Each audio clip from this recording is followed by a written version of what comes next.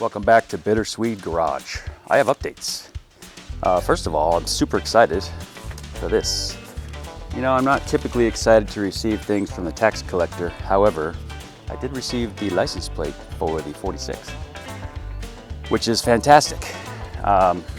It's not as simple for me because I'm in California and I had to send everything to Florida because I'm in the military.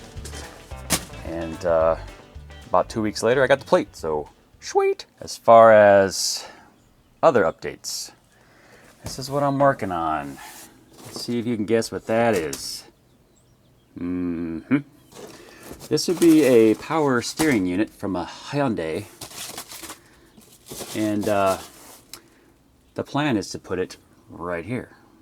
Probably, well, yeah, probably closer up to the dash, but the cool thing about this is it already has a module connected to it.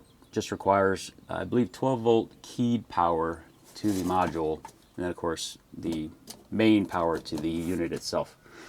And you get power steering without any error codes. So that's cool. It's already been tested, works. It's freaking fantastic. Other news, the windshield.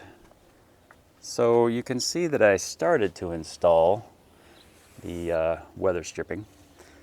I decided to do it the most difficult way possible, and that is to install it while it's still on the truck. So, lesson learned, I'm going to take it off and do it the right way. I did find out as I was putting it on that the channel that the weather stripping goes into was narrow in some bits. I think it got hammered over the years. You know, it's 78 years old. 79. So I need to widen the channel a little bit, and then I'll pull that weather stripping out and do it again. But, I mean, I'm excited for it. It's going to be a nice addition to not have wind whistling in from all directions.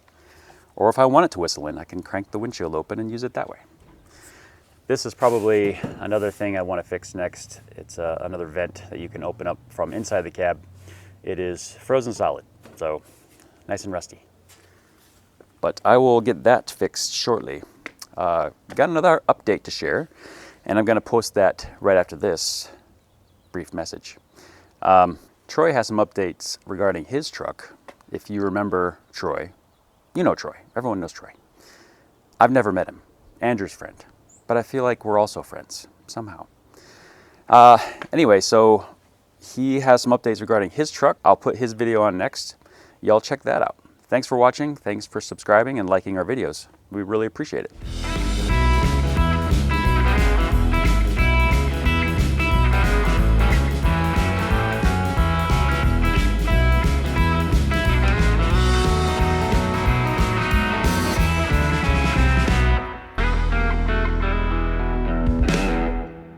All right, guys. Hey, just a little update with the Highboy here. So Andrew came out today and helped me mock up the front clip here. So we put the Repro inner fenders here from CJ Pony Parts to replace the original ones. They were all rotted out. This is a common thing that occurs with the 67 to 72 Ford F-Series. It all rots out here and goes over and ruins them. And on the driver's side, the passenger side, you actually have it where the battery sits here, so that's always rotted out as well. So these reproductions overall, I'm pretty happy with it. They lined up pretty well. We got them bolted up and mocked up. The reason why we have to mock up is I did a repair to the front clip rather than just replacing it. The problem is that you can buy the two-wheel drive ones all day, every day. There's reproductions out there, but the difference is that they don't have these brackets here.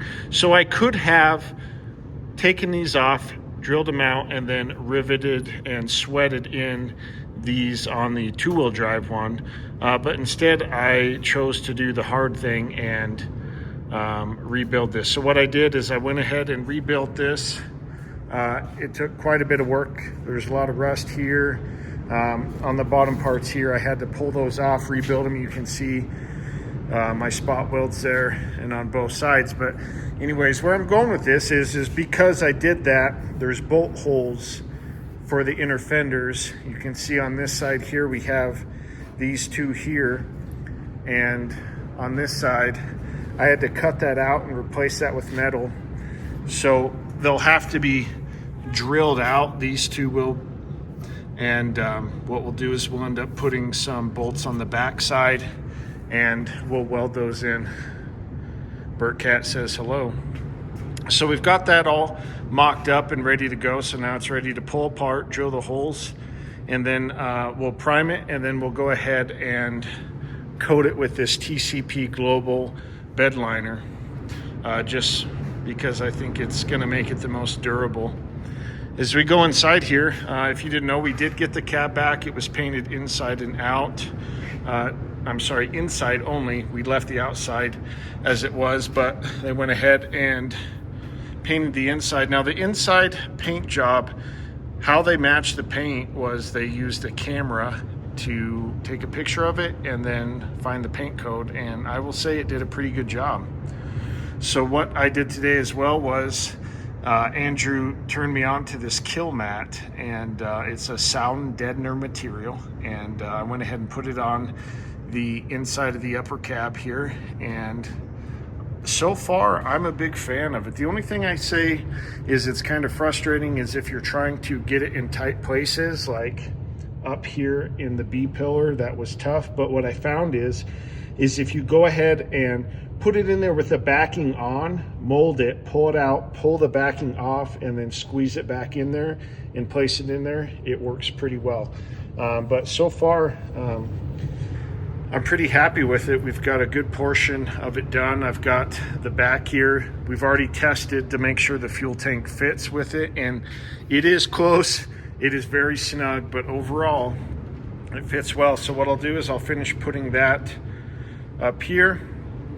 I've got a firewall pad we'll put in here that's from Eckler's. That's reproduction original, and then we'll go ahead and put a vinyl floor liner down. Andrew and I went ahead and kind of test fitted that earlier today. We're going to need Mark to help us with his upholstery magic, just to make sure it's got the best fit overall. But we're coming along, guys, and like I said, I'm not upset about it. We've got obviously the cab sitting on it, mocked up, so making progress.